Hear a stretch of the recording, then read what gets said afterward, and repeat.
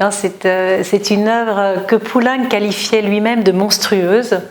Et je pense qu'effectivement, il faut quelques cicatrices pour pouvoir l'interpréter. Quelques rides, quelques douleurs, parce que je ne crois vraiment pas que c'est une œuvre qu'on peut aborder jeune.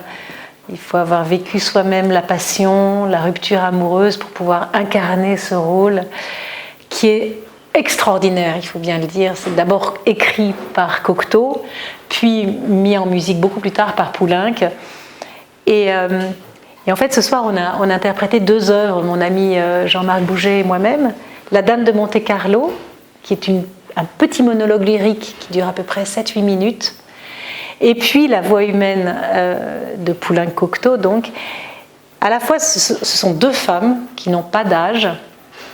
La Dame de Monte-Carlo, c'est une cocotte de la Riviera, comme Poulenc en a vu beaucoup, qui est totalement désespérée et qui va jouer un peu sa dernière carte au casino, et qui se fait jeter du casino parce qu'elle n'est certainement pas solvable. Elle tente sa dernière chance et puis avec une certaine ironie du désespoir, elle va se jeter dans la Méditerranée. Alors j'ai une mise en scène, j'ai beaucoup travaillé la mise en scène avec une comédienne qui s'appelle Juliette Maillet, qui m'avait aidée à travailler sur cette œuvre. Et puis La Voix humaine, c'est vraiment le morceau redoutable. Là encore une femme qui n'a pas vraiment d'âge, qui apprend au téléphone que son amant la quitte.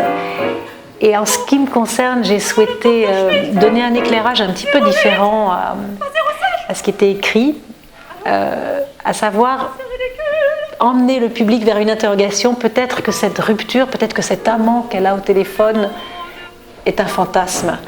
Peut-être qu'à un moment donné, la douleur est telle qu'elle dérape et qu'elle déraille, et que cette exploration du tourment amoureux et de cette infinie douleur de la rupture peut conduire à la folie, au désespoir, aux pulsions suicidaires. Enfin, on sait tous, on a peut-être pas tous vécu des drames de la séparation, mais quand même, je crois que quand on a avancé un petit peu dans la vie, on a pu tomber très très amoureux, on a pu quitter ou être quitté, puisque finalement celui qui part ou celui qui est quitté, c'est pareil, la rupture en soi c'est quelque chose de vraiment atroce.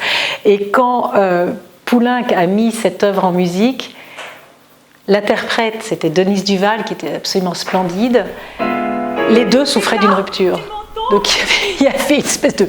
C'est un monologue tragique comme ça, mais qui n'interdit pas quelques pointes d'humour. Et même s'il y a une espèce de lente marche vers cette tragédie, vers cette douleur pesante et lourde, par moments, je ne sais pas si c'était perceptible, mais on a voulu, le metteur en scène et moi, mettre une touche d'humour ici ou là, parce que même dans le désespoir, on peut éclater de rire. Et cette femme, elle est très interpellante. Par moments, on se dit... Elle a vraiment bien fait de la quitter. C'est une emmerdeuse qui pleure, qui rit, qui tempête, qui râle, qui se fâche. Puis par moments, on se dit, mais quel salopard quand même! Il va vivre une aventure amoureuse avec une autre dans l'hôtel dans lequel il a connu cette femme qu'il quitte. Ce sont des situations terribles. Et parfois, on m'avait dit, mais pourquoi tu chantes La Voix humaine? Ça a vieilli. Et je ne suis pas du tout d'accord.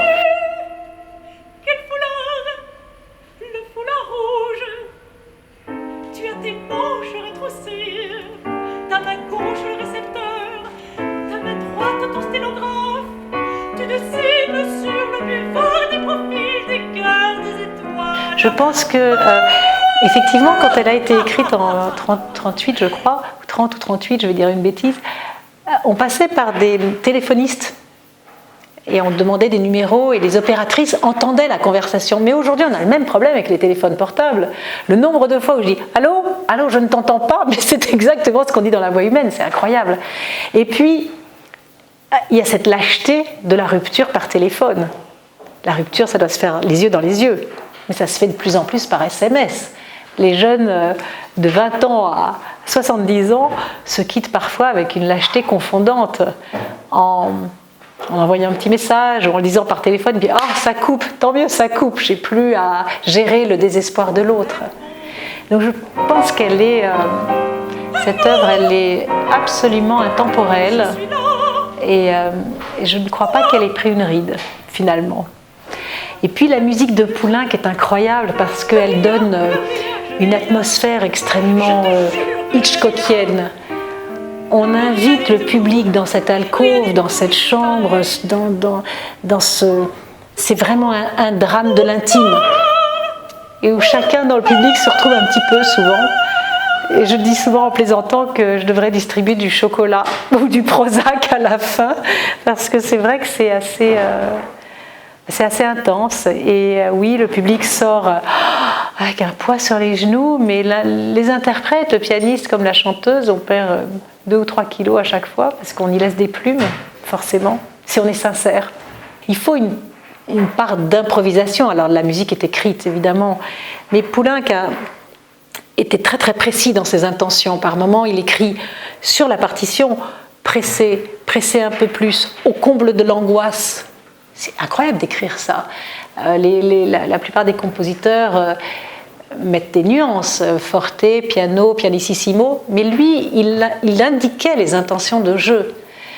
Donc je pense réellement que ce n'est pas une œuvre qu'on ne peut que chanter. Il faut vraiment la jouer, il faut vraiment l'interpréter, c'est tripal, il y a du Sprechgesang, il y a du parler chanté, il y a des ruptures incroyables dans la musique, dans le jeu et dans les sentiments.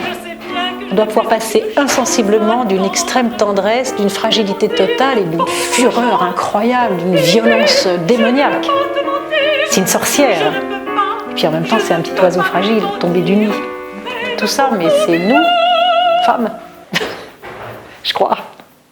Et ce sont 2 hommes qui aimaient les hommes, qui ont incroyablement saisi l'hyperféminité et la démesure finalement de cette sensibilité à fleur de peau. Et ça me touche beaucoup. 2 hommes qui parlent des femmes aussi bien, qui ont tout compris. Chapeau.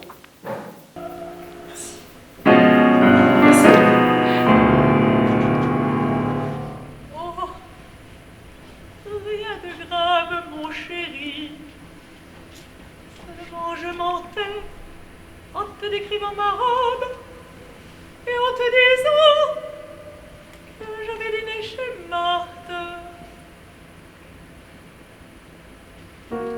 Je n'ai pas dîné, je n'ai pas ma robe rose, j'ai un manteau sur ma chemise, parce qu'à force d'attendre ton téléphone, à force de regarder